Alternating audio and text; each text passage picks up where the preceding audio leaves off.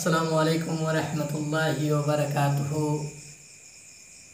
मैं आप तमाम ग्रामवासी जो पूरे भारतवर्ष में इस वक्त हमारे वीडियोस को देख रहे हैं, मैं उनके लिए आज से अपने चैनल के माध्यम से पूरे भारतवर्ष में जो चाहे वो केंद्र सरकार की तरफ से चाहे वो राज्य सरकार की तरफ से जो योजनाएं आएंगी, उन योजनाओं की लाभ को लेने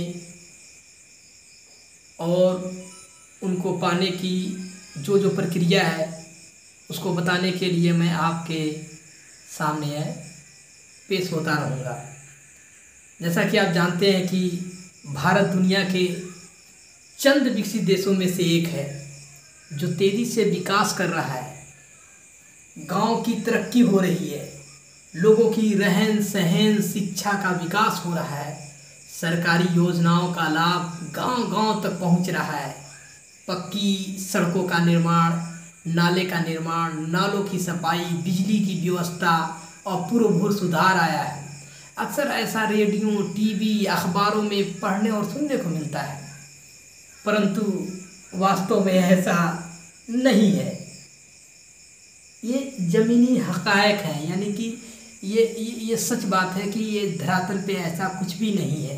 सिर्फ सुनने और पढ़ने में ही ऐसा है कि नाले की सफाई, नाले का निर्माण, रोड का निर्माण, पुनर्निर्माण, ईटीसी बहुत सारी चीज़ें हैं, परंतु वास्तव में ऐसा कुछ भी नहीं है। जैसा कि आपसे मैंने कहा, गांव की विकास की ओर क्या अग्रसर है?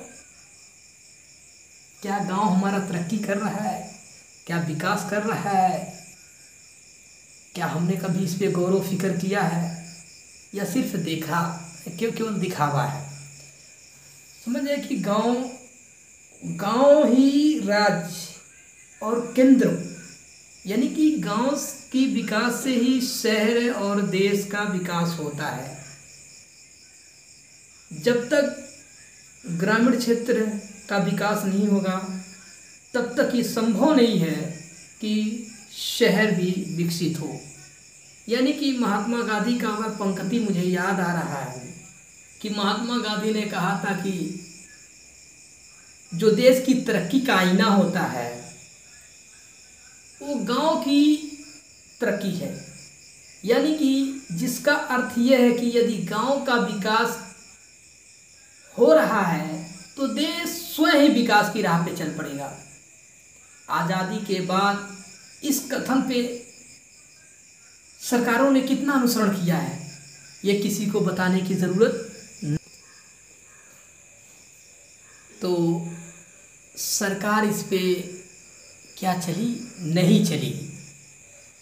जब से भारत आज़ाद हुआ और भारत में जितने भी विकास के कार्य हुए, तब से और आज तक जितने भी विकास के कार्य हुए, उसमें से आधा हिस्सा भी गांव में नहीं हो पाया है। यानी कि जब कोई विकास ग्रामीण क्षेत्र यानी कि गांव से होकर आगे बढ़ता है तो खुद ब खुद शहरों और जो भी दीगर जगह हैं, जो भी जगह हैं, यानी कि देश का जो कोना है, अगर देहात यानी कि गांव से हम किसी विकास कार्य को शुरू करते हैं तो खुद ब खुद वो आगे देश भी विकसित होता जाता है। लेकिन मैं आपको बता दूं कि उत्तर प्रदेश के एक ज़िला कुशीनगर और कुशीनगर के एक ग्राम सभा बरहरागंज विकास से कोसों दूर है। चूँकि ऐसे बहुत से गांव हैं जो देश में जहां पे बिजली, पानी, रोड, खेल के मैदान आदि नहीं है। विगत कुछ वर्षों से विकास की किरण नज़र तो आई थी, कुछ विकास के कार्य गांव में शुरू भी किए गए थे, परंतु वह इतनी धीमी गति से वह कार्य किए जा रहे थे कि विजन 2020 और 2021 आते रहते वो भी कार्य पूर्ण नहीं हो पाया।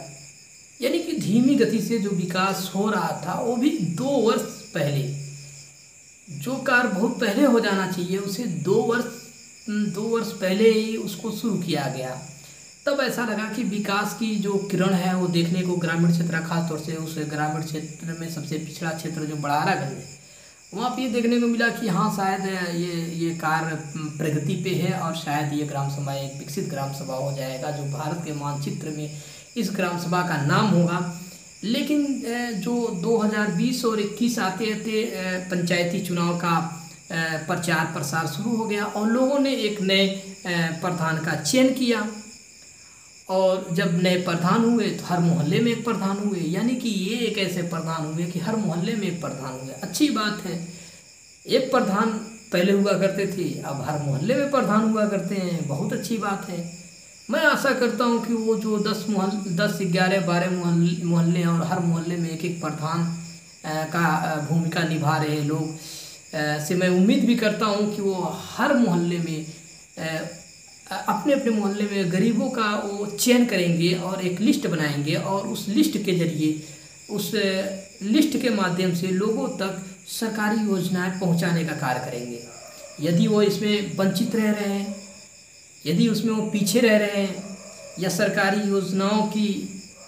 योजनाओं को दिखाकर ठग का काम कर रहे हैं, चाहे वो किसी प्रकार की योजनाएं हैं, तब अपना ग्राम सभा, तब अपना ये ग्रामीण क्षेत्र फिर 50 साल पीछे हो जाएगा।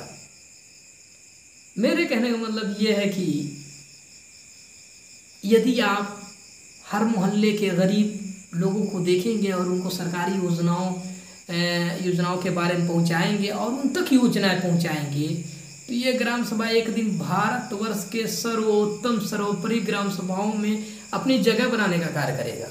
तो इसलिए आप भूले नहीं, हर मोहल्ले में अपनी प्रधानी निभाएं और गरीबों का भी ख्याल रखें। मगर एक सवाल खड़ा होता है, यदि विकास के नाम पर योजनाएं दिलवाने के नाम पे ठगने का कार्य शुरू हुआ तो यकीन मानिए फिर से ग्राम सभा बड़ारागंज जो 50 साल पीछे हो जाएगा। जैसा कि आप जानते हैं कि आवास के नाम पे ठगना, राशन कार्ड के नाम पे ठगना, किसी भी सरकारी योजनाओं का लाभ दिलवाने के लिए ठगना, ये समझ जाए कि इस तरह का ठगाई का कार्य यदि आप कर रहे हैं ग्राम सभा में, तो ग्राम सभा यानी कि खुद अपने ग्राम सभा को आप गड्ढे में डालने का काम कर रहे हैं। क्योंकि अधिकतर लोग को पता नहीं होता है कि ग्राम सभा के लिए सरकारी कौन कौन सी योजनाएं आ रही है और सरकार कौन कौन सी योजनाएं, किस प्रकार की योजनाएं हमको और आपको दे रही है।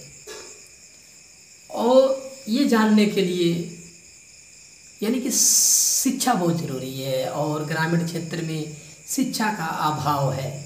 जबकि केंद्र सरकार की तरफ से ग्रामीणों को मनरेगा, आवास योजना, वृद्धा पेंशन, विधवा पेंशन, आंगनबाड़ी, बाल विकास योजनाएं, स्त्री कल्याण योजनाएं, NHRM योजनाएं, इस तरह की बहुत सारी योजनाएं किसानों और ग्रामीणों को केंद्र सरकार दे रही है।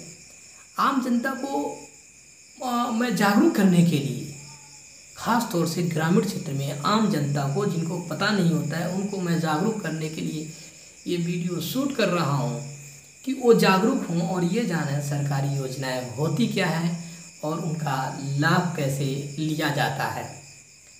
जैसा कि आपको बता दूं कि केंद्र और राज्य दोनों सरकारें ये कहती हैं ये जो भी योजनाएं हैं ये गरीब, असहाय, बेबस, लाचार, विकलांग, अशक्ति, अशिक्षित लोगों के लिए है। लेकिन क्या वास्तव में उस योजनाओं का लाभ असहाय, गरीब और अशक्ति, अशिक्षित लोगों तक पहुंचता है? आप सोचें और इसका जवाब कमेंट्स बॉक्स में जरूर। चूँकि हम और आप इसी एरिया में रहते हैं और ये देखते हैं कि मैं जिस तरह का जीवन यापन कर रहा हूँ, मेरा पड़ोसी भी उस तरह का जीवन यापन कर रहा है।